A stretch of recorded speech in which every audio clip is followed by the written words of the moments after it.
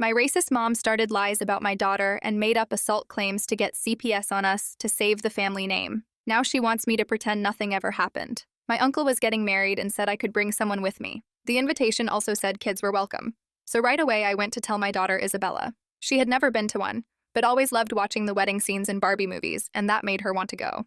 You see, I adopted her from the adoption center when she was just 8, and now she was 9, but still hadn't gotten the opportunity to see that many things for the first time. So when I told her about this, she had a huge smile on her face. "Thank you, Daddy, I'm so happy you adopted me," she yelled at the top of her lungs. I responded by telling her I'm not just her adoptive dad, I'm her father, and she is the most important person in my life. This made her smile even harder, and she ran into the living room to watch Barbie: A Fashion Fairy Tale, and kept replaying the scene where Ken plans a huge wedding for Barbie. It was honestly so sweet, it brought me to tears. Fast forward to the day of the wedding rehearsal. Isabella had a tendency to be on edge, and always on the lookout for danger, so I told her that any loud sounds were safe and were simply part of the rehearsal, and that if she got scared, try not to make too much noise, but just squeeze my hand so she knows everything is okay. It's all things we had practiced before, so I thought it would be okay. But we were halfway through the ceremony when Isabella squeezed my hand as tight as she could.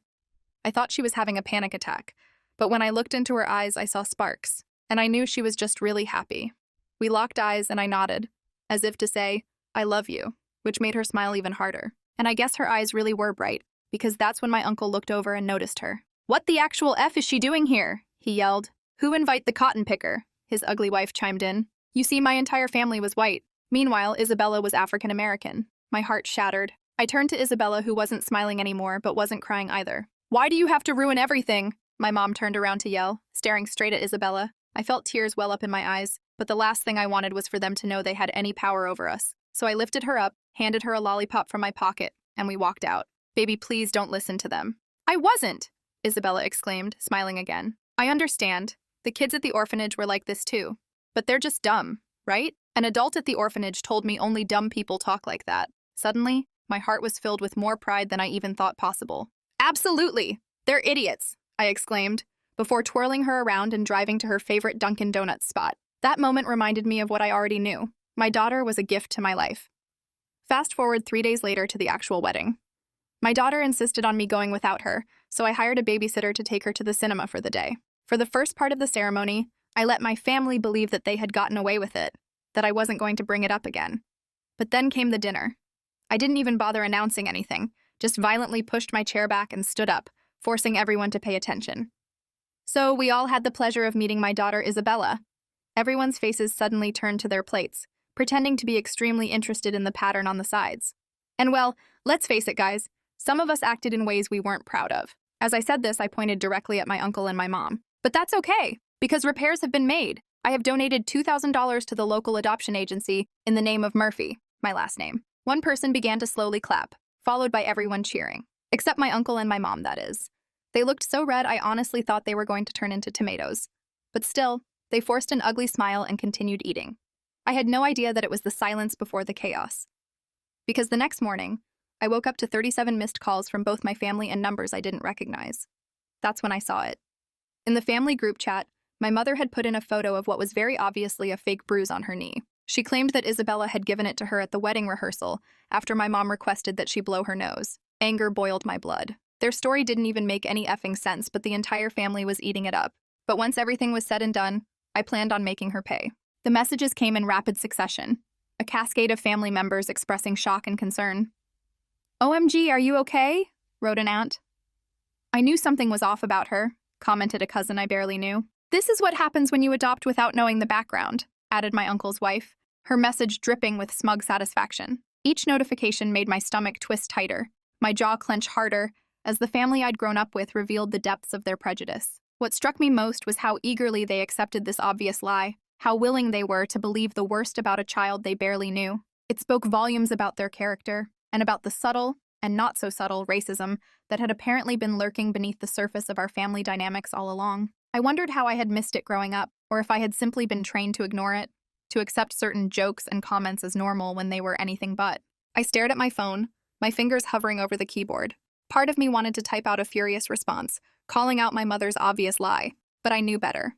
Responding in anger would just give her ammunition. Instead, I took screenshots of everything: the fake bruise photo, the timestamps, All the messages from family members expressing shock and concern. I saved them to a folder labeled Evidence. My hands were shaking with rage as I captured each message, each comment, each reaction. I was methodical, making sure to document everything in case I needed it later. The folder grew quickly as more family members chimed in, each message more outrageous than the last. One cousin suggested I should return Isabella like a defective product. Another wondered if she had violent tendencies because of her background. My uncle posted a link to an article about adoption disruption, the process of legally dissolving an adoption, with the comment, "Just saying."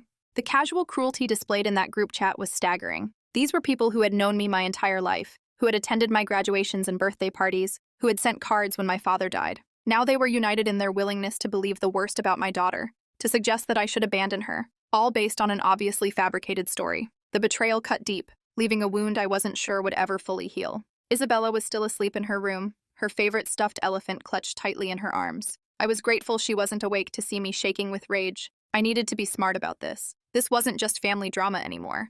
This was a serious accusation against my daughter. I quietly opened her bedroom door, needing to reassure myself that she was safe and peaceful, untouched by the ugliness unfolding on my phone.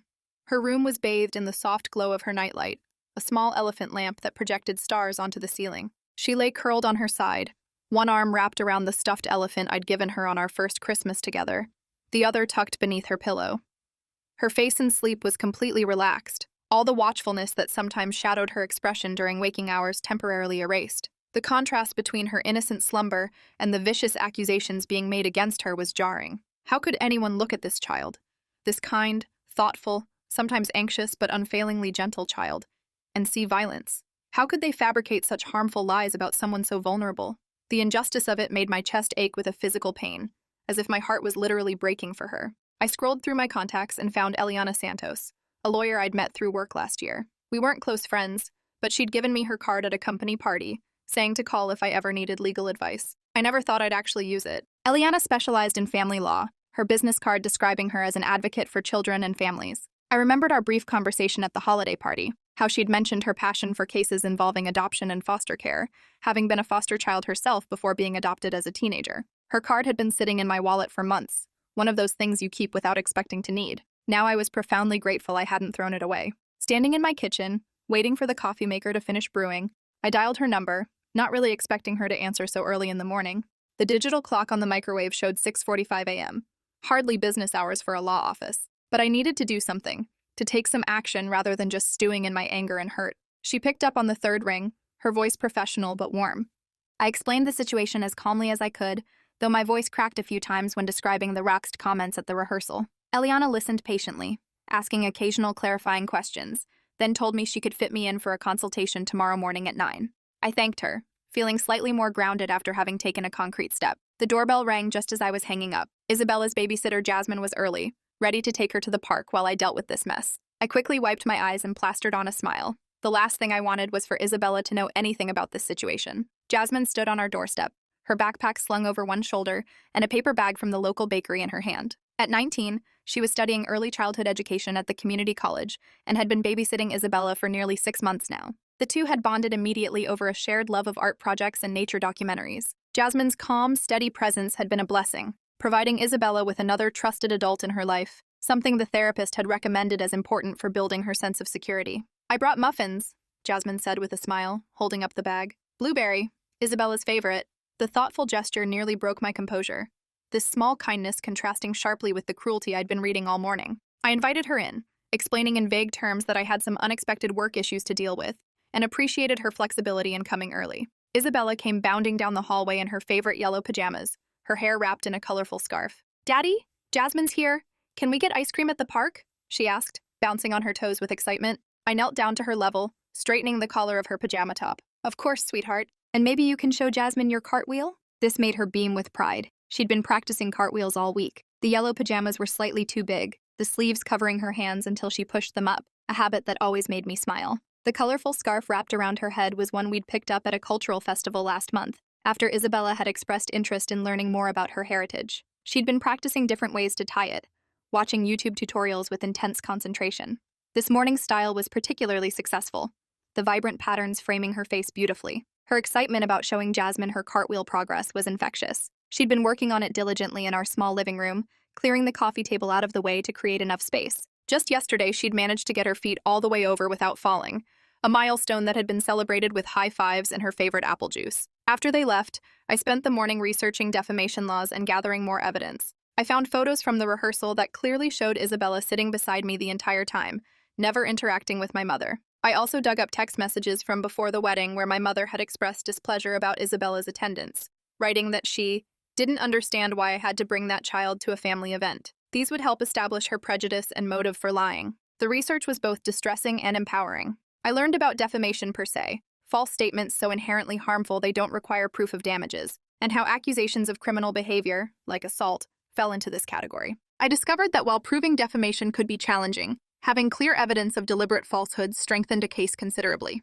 Each article I read, each legal definition I highlighted, gave me a sense that there were tools available to fight back against what was happening. The text messages from my mother were particularly damning. In the weeks leading up to the wedding, she had sent several messages expressing her displeasure about Isabella's attendance. "Do you really need to bring her?" she'd written 3 weeks before the event. "It's a family occasion," she'd added 2 days later. The implication that Isabella wasn't family hanging unspoken but clear in her words. The most recent message, sent just days before the rehearsal, had been even more explicit. "I don't understand why you had to bring that child to a family event. People will be uncomfortable." These messages, combined with the photos showing Isabella's location throughout the rehearsal, created an undeniable timeline that contradicted my mother's fabricated story. The evidence was mounting piece by piece, creating a foundation for whatever action I might need to take next. The next morning, I dropped Isabella off at her friend Zoe's house for a playdate. Zoe's mom, Sharon, was one of the few people who knew the full story of what happened at the rehearsal. She squeezed my arm and whispered that Isabella was always welcome at their house, no matter what. "She's a beautiful soul," Sharon added, watching as the girls ran off to play. "Anyone who can't see that has something wrong with them, not her." Sharon had been a godsend since we moved into the neighborhood last year. A single mother herself, she understood the challenges I faced and had become a valuable friend and ally. Her daughter Zoe, a bright, energetic 9-year-old with glasses and a passion for science, had immediately bonded with Isabella over their shared love of drawing and animals. The girls had become inseparable, spending weekends at each other's homes and sitting together at lunch and school. Sharon's home was a cozy split level with a fenced backyard perfect for the girls to play in. As I watched from the doorway, Isabella and Zoe were already deep in conversation, heads bent together over what looked like a collection of rocks and leaves they were sorting into piles. Isabella's face was animated as she explained something to her friend, her hands gesturing expressively. All traces of the cautious, watchful child she could sometimes be completely absent in the comfort of this safe friendship.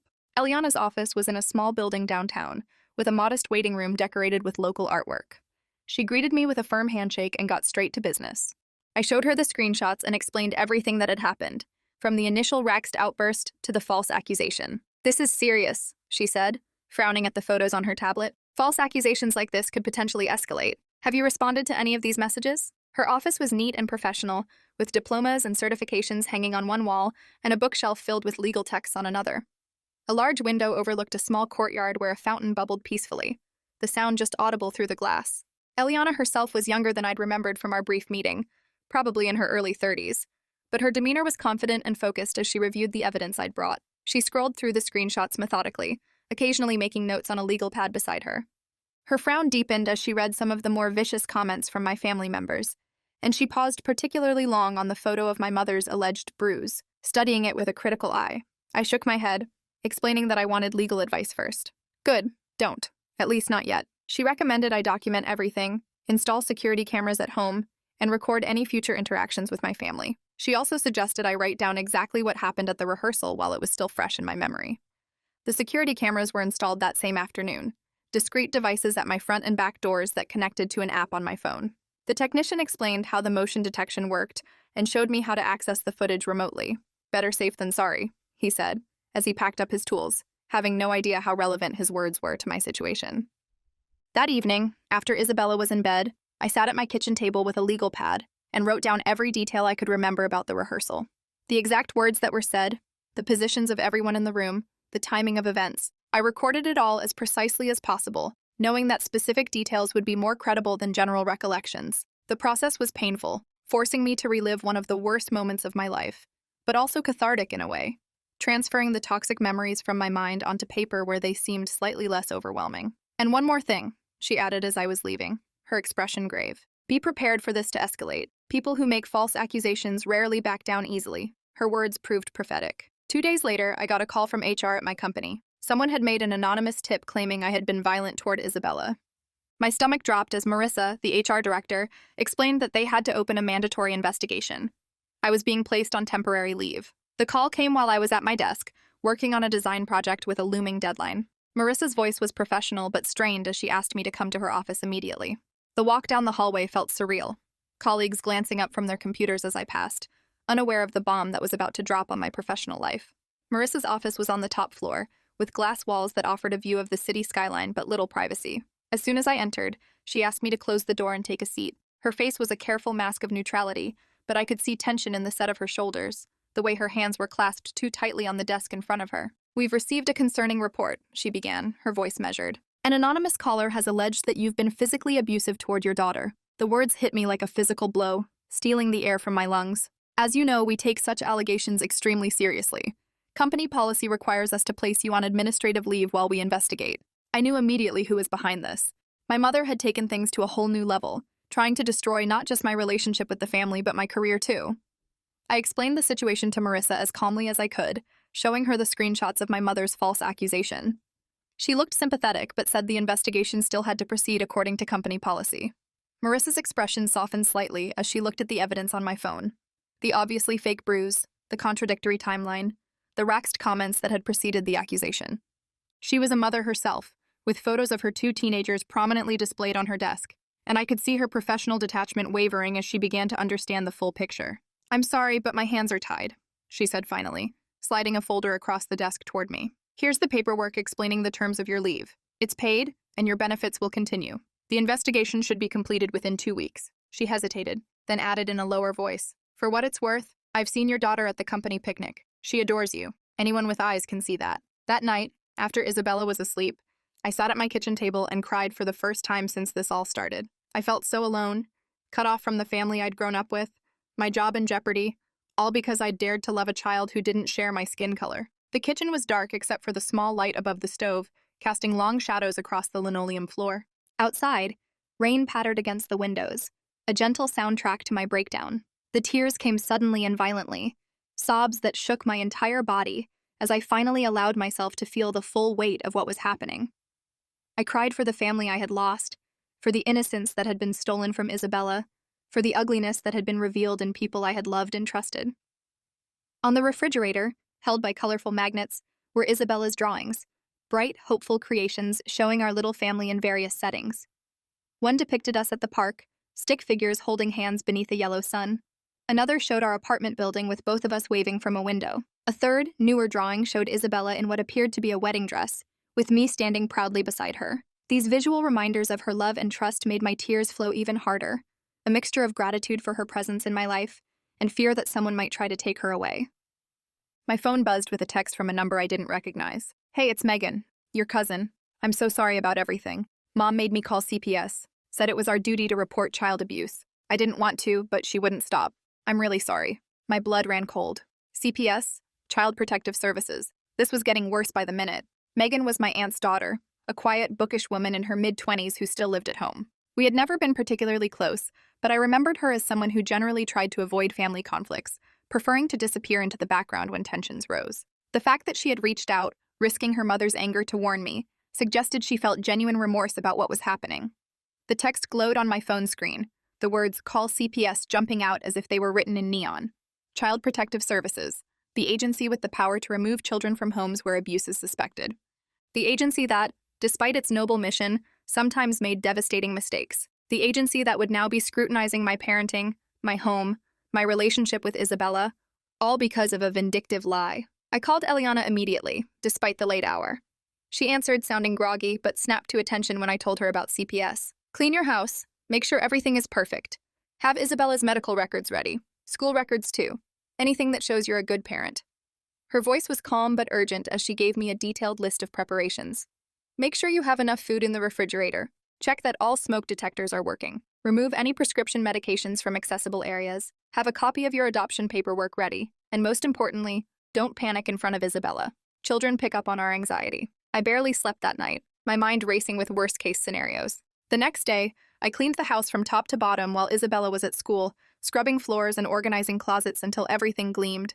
I gathered her medical records, school reports, and even printed photos of us together at various events and outings, creating a portfolio of our life together.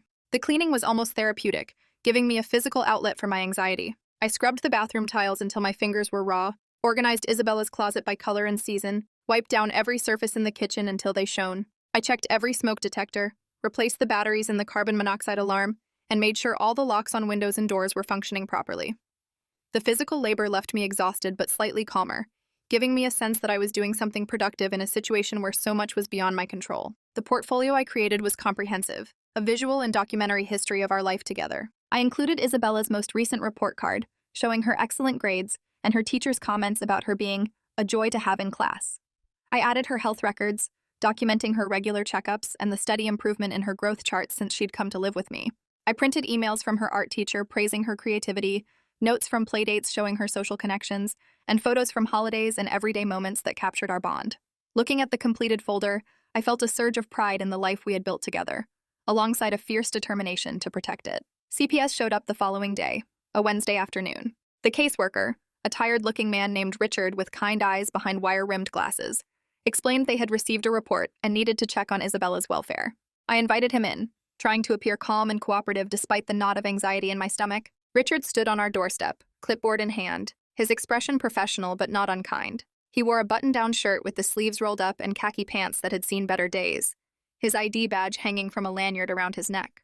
Despite his rumpled appearance, there was a sharpness to his gaze as he introduced himself and explained the purpose of his visit. "We've received a report of concern regarding your daughter, Isabella," he said, his voice matter-of-fact but not accusatory. "I need to conduct a home assessment and speak with both of you. This is standard procedure when we receive such reports." He didn't specify what the concern was or who had reported it, but I knew. The knowledge sat like a stone in my stomach as I stepped aside to let him enter. Our apartment, thankfully, was spotless after my cleaning frenzy.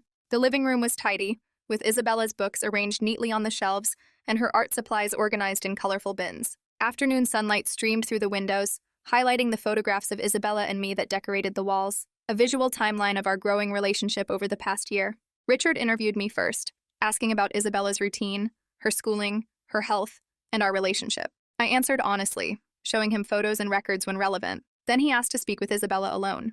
Those 15 minutes felt like hours. I sat on the couch, hands clasped so tightly my knuckles turned white, straining to hear their muffled voices from her bedroom. The silence in the living room was oppressive, broken only by the ticking of the clock on the wall and the occasional distant sound of traffic from the street below. I tried to focus on breathing evenly, on projecting an image of calm confidence, but inside I was terrified. What if Isabella said something that was misinterpreted?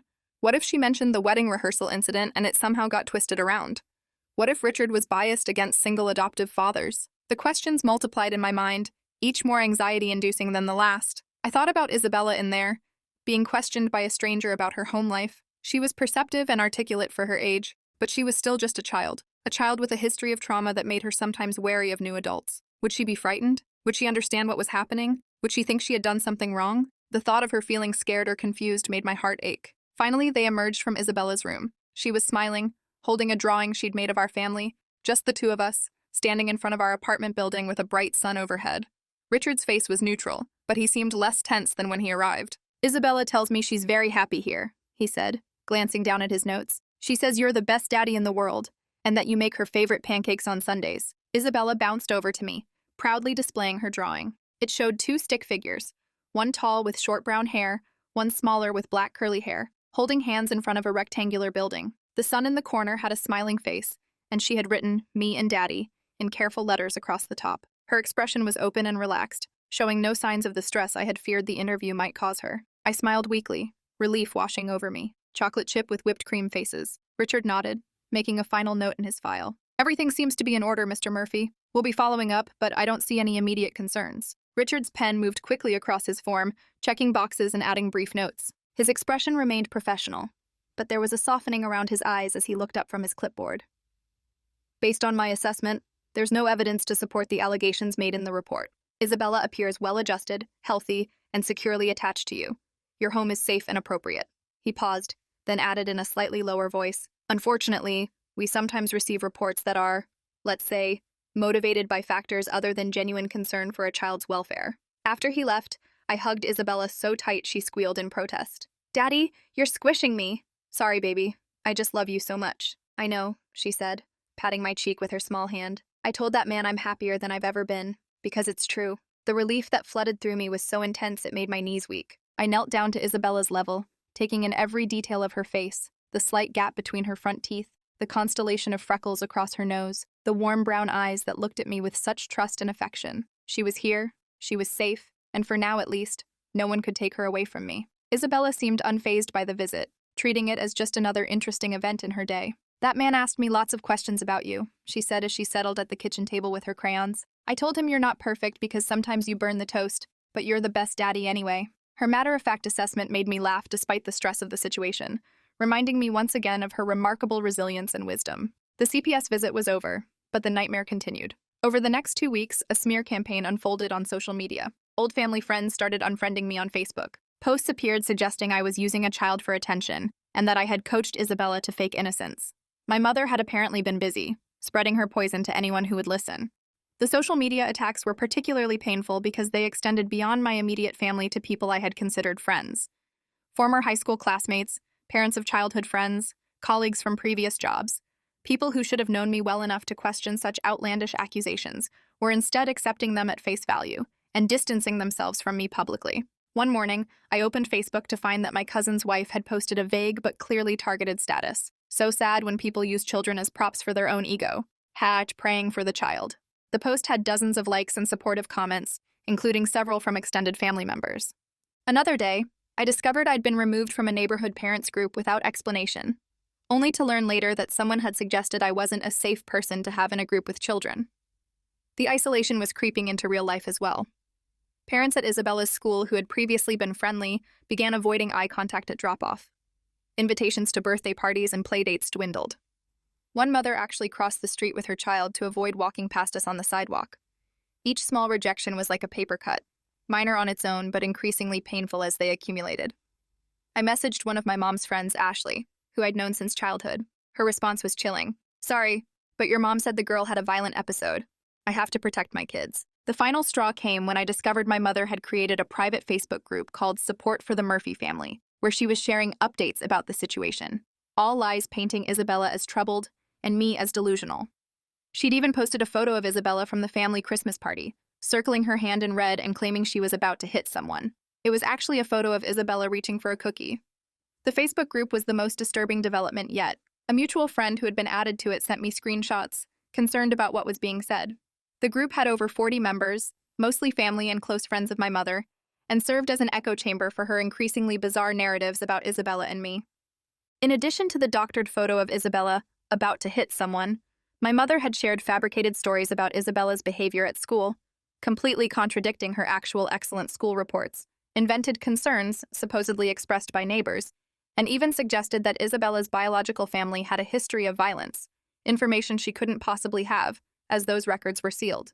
The comments on these posts were a mixture of performative sympathy, "So sad, praying for you all," uninformed advice, "He needs to get that child into intensive therapy before someone gets seriously hurt," and outright racism thinly veiled as concern.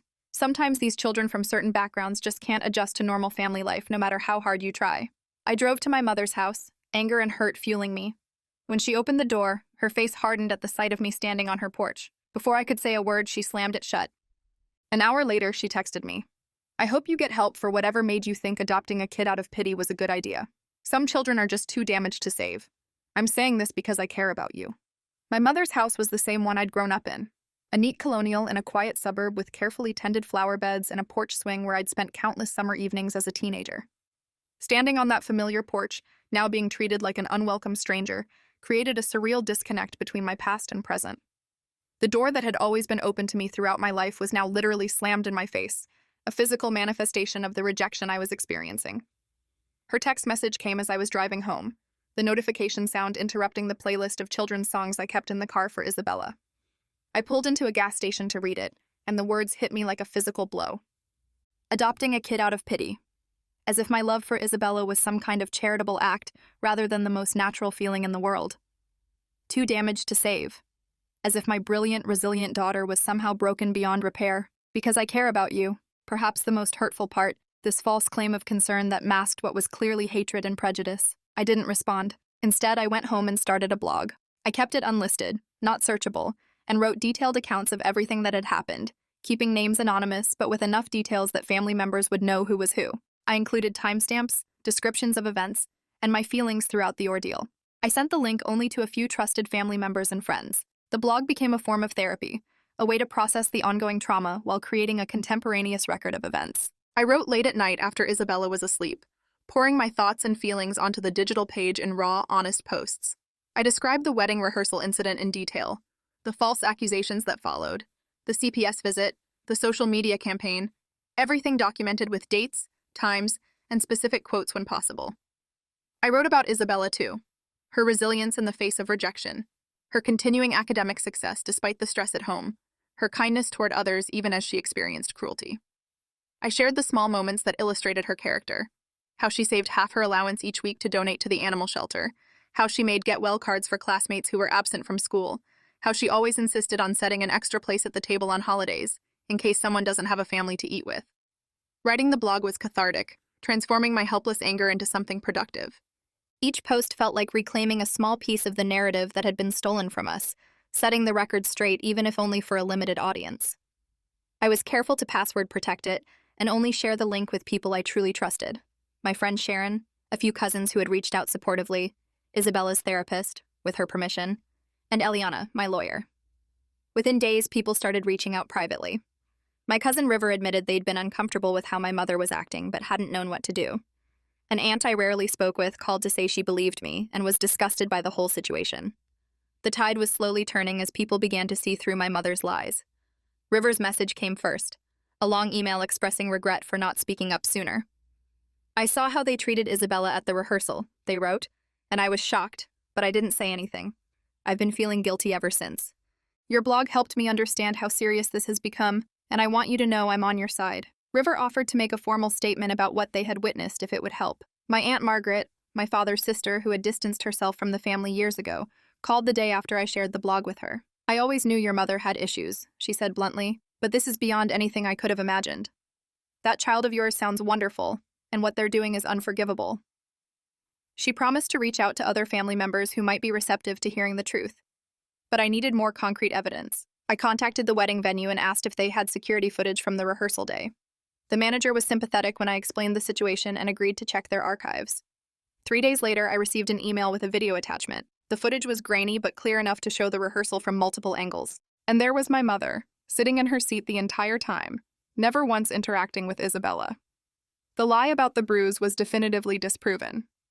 The venue manager, a woman named Diane with decades of experience in the wedding industry, had been immediately helpful when I explained my situation.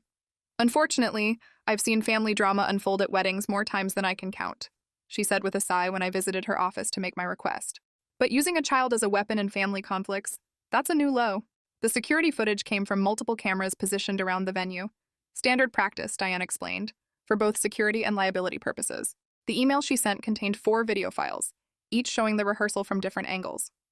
I spent hours reviewing them, my heart racing as I confirmed what I already knew to be true. Isabella had remained beside me throughout the entire event, never approaching my mother or any other family member until the moment we left following my uncle's outburst. The most damning clip showed my mother clearly visible in the front row, seated between 2 other relatives, during the exact time frame when she later claimed Isabella had kicked her. She remained in that seat continuously, engaged in conversation with those around her, never showing any sign of discomfort or injury. It was irrefutable evidence of her lie.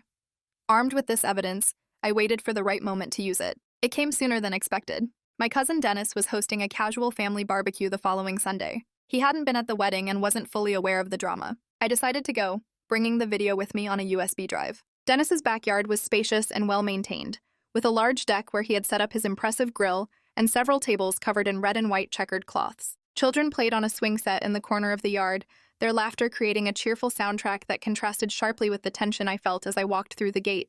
The smell of burgers and hot dogs filled the air, along with the buzz of conversation that noticeably dimmed as people noticed my arrival. I had deliberately come alone, arranging for Isabella to spend the day with Sharon and Zoe at a children's museum in the next town over. I didn't want to subject her to potential hostility, and I needed to be able to focus entirely on what I planned to do without worrying about protecting her feelings. The tension was thick when I arrived alone. My mother avoided eye contact, huddling with my uncle and his wife in a corner of the yard. I mingled politely, accepting a burger from Dennis and making small talk with relatives who seemed unsure how to act around me. During dinner, When everyone was seated on the patio, I connected my phone to Dennis's TV. Without announcing anything, I played the rehearsal footage.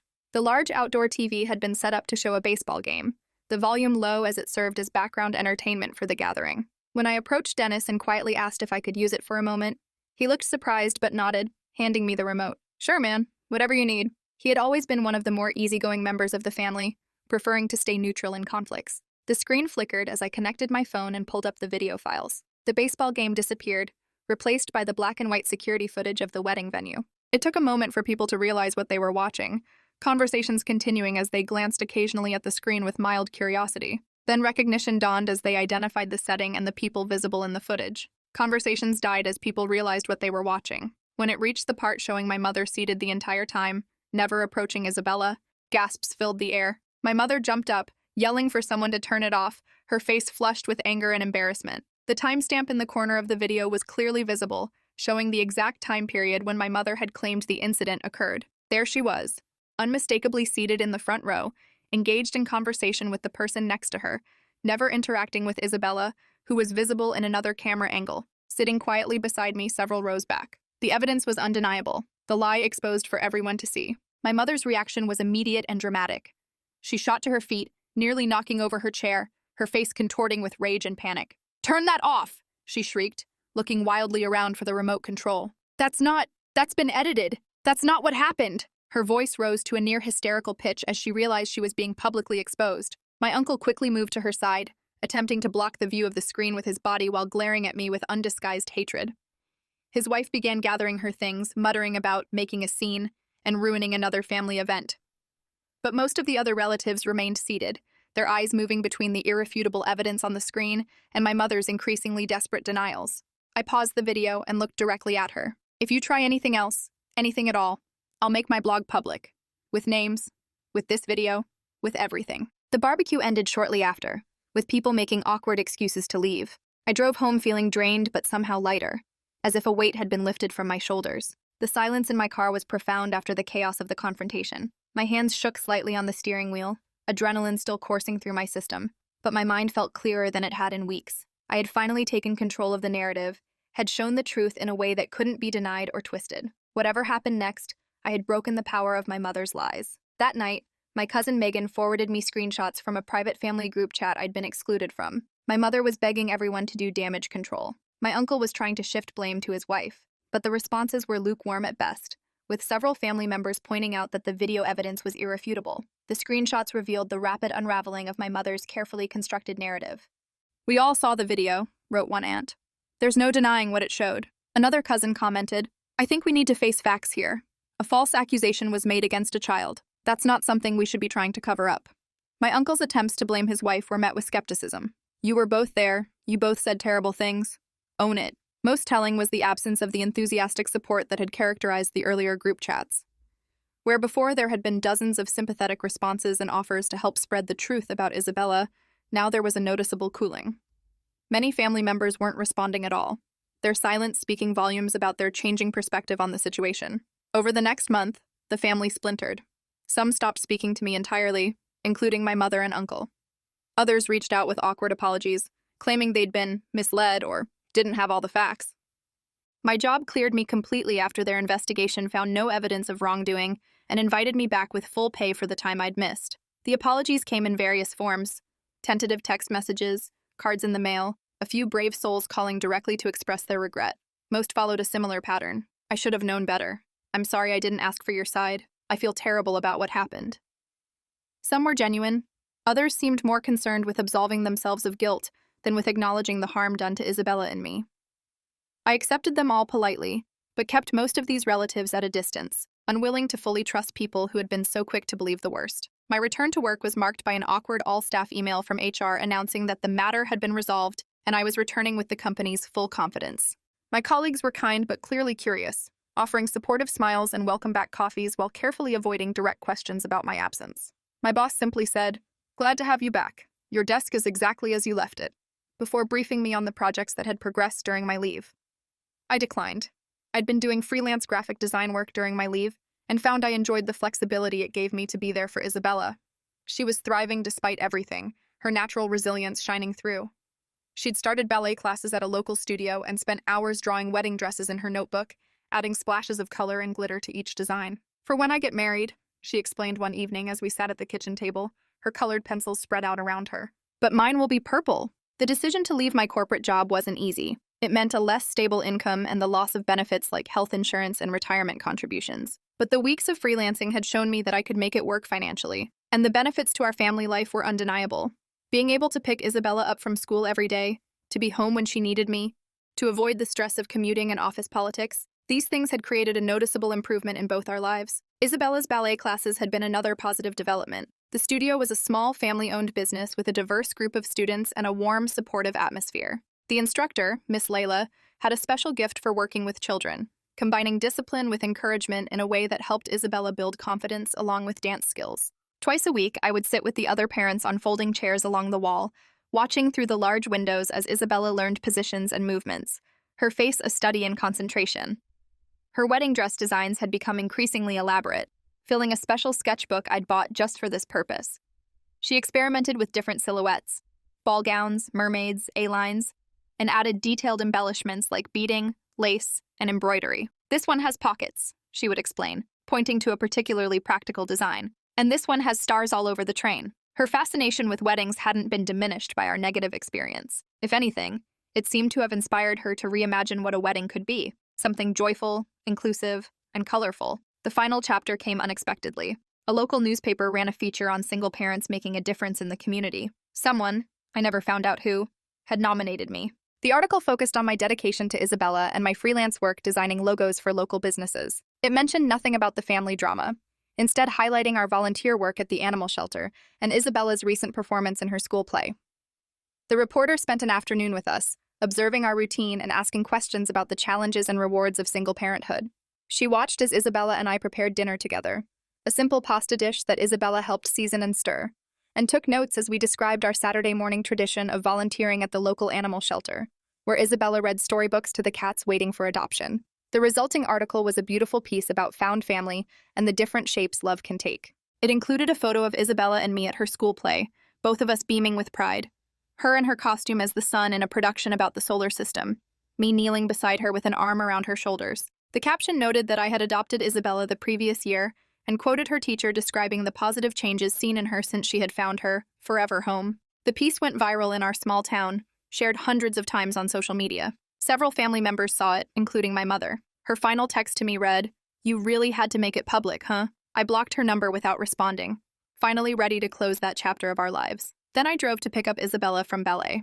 The newspaper article created an unexpected wave of support from the community. Parents at Isabella's school who had been influenced by the rumors now approached me with friendly conversation at drop-off. Local business owners offered me freelance projects, impressed by the work featured in the article. Even our mail carrier mentioned it, saying his wife had been moved to tears by our story. My mother's text, her last communication before I blocked her, revealed how thoroughly she had missed the point. She saw the article as some kind of deliberate public relations move on my part, a continuation of the conflict she had created, rather than what it actually was, a celebration of family in all its diverse forms. Her inability to recognize the beauty in our relationship, to see beyond her own prejudice to the love that was so obvious to everyone else, confirmed that cutting ties was the right decision. She ran into my arms in her little pink tutu, eyes bright with the same excitement I'd seen at the wedding rehearsal before everything fell apart. "Daddy, look!